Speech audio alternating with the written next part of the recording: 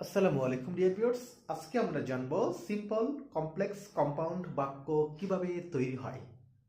এই বাক্যগুলা পরীক্ষায় অবশ্যই আসে এবং এগুলা আমাদের অনেক প্যারা দেয়, যার জন্য আমরা অনেক সময় এগুলোতে ভুল করি। সিম্পল কমপ্লেক্স কম্পাউন্ড আসলে ভুল করার কারণ হলো সিম্পল সরল বাক্য, কমপ্লেক্স হলো জটিল বাক্য, আর কম্পাউন্ড হলো যৌগিক বাক্য। জটিল বাক্যে তো অবশ্যই সমস্যা হবে। তাহলে আমরা জানি কিভাবে এগুলা তৈরি হয় বা এগুলা গঠিত হয়। একটা সিম্পল বাক্য গঠিত হয়, একটি সাবজেক্ট থাকবে, একটি ফাইনাইট ভার্ব থাকবে।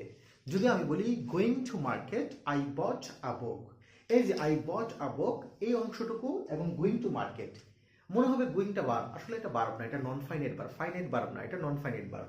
এবং বটটা হলো এখানে ফাইনাইট ভার্ব আর আইটা হলো সাবজেক্ট, তাহলে আই সাবজেক্ট আর বটটা হলো ফাইনাইট ভার্ব। এই দুটো মিলে এই পুরোটা বাক্যের ভিতর এটা সাবজেক্ট, এটা ফাইনাইট ভার্ব। তাহলে going to market I bought a book, অর্থাৎ বাজারে গিয়ে আমি একটা বই কিনেছিলাম। এই বাক্যটা হলো সিম্পল বাক্য। তারপরে আসে কমপ্লেক্স। কমপ্লেক্স বাক্যে দুইটি সাবজেক্ট থাকবে এবং দুইটি ফাইনাইট ভার্ব থাকবে। যদি আমি বলি When I went to market, I bought a book. এই সিম্পল বাক্যের কমপ্লেক্স হলো এটা, When I went to market, I bought a book. তাহলে এটাতে কি কি আছে? দুটি সাবজেক্ট আছে, আই, এখানে আবার আই, একই সাবজেক্ট যেহেতু হয়ে গেছে, একই ব্যক্তি, এই জন্য আই দুইবার, অর্থাৎ দুটো সাবজেক্ট। এবং আছে কি দুটি সাবজেক্ট এবং দুটি ফাইনাইট ভার্ব, এখানে ওয়েন্ট আছে একবার, এখানে বট আছে একবার, দুইটি ফাইনাইট ভার্ব। এবং এটাতে থাকে একটি প্রিন্সিপাল ক্লজ আর একটা সাবঅর্ডিনেট ক্লজ। প্রিন্সিপাল ক্লজগুলো হলো যে ক্লজগুলো নিজে নিজেই অর্থ প্রকাশ করে, অন্য ক্লজের উপর নির্ভরশীল না, সেটা হলো প্রিন্সিপাল ক্লজ।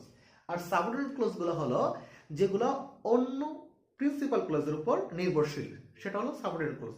সাবঅর্ডিনেট ক্লজ সাধারণত WH word, after, before, if, when, which, what, whom ইত্যাদি দ্বারা যুক্ত থাকে। ঠিক এখানেও when I went to market I bought a book, I bought a book এটা যদি প্রিন্সিপাল ক্লজ হয় তাহলে when I went to market এটা সাবঅর্ডিনেট ক্লজ অথবা ডিপেন্ডেন্ট ক্লজ বলা যাবে। তারপর আসি কম্পাউন্ড সেন্টেন্স। কম্পাউন্ড সেন্টেন্সটা হলো এটা একটু ইজি, দুটি সিম্পল সেন্টেন্স যদি এন্ড, বাট এবং অর অথবা ইয়েট, আদারওয়াইজ ইত্যাদি বিষয়গুলো দ্বারা যুক্ত হয়, দুটি সিম্পল সেন্টেন্স, তাহলে ওই বাক্যটাকে আমরা বলবো কম্পাউন্ড সেন্টেন্স। আশা করি এর মাধ্যমে আপনারা ক্লিয়ার হয়েছেন কম্পাউন্ড সেন্টেন্স কি।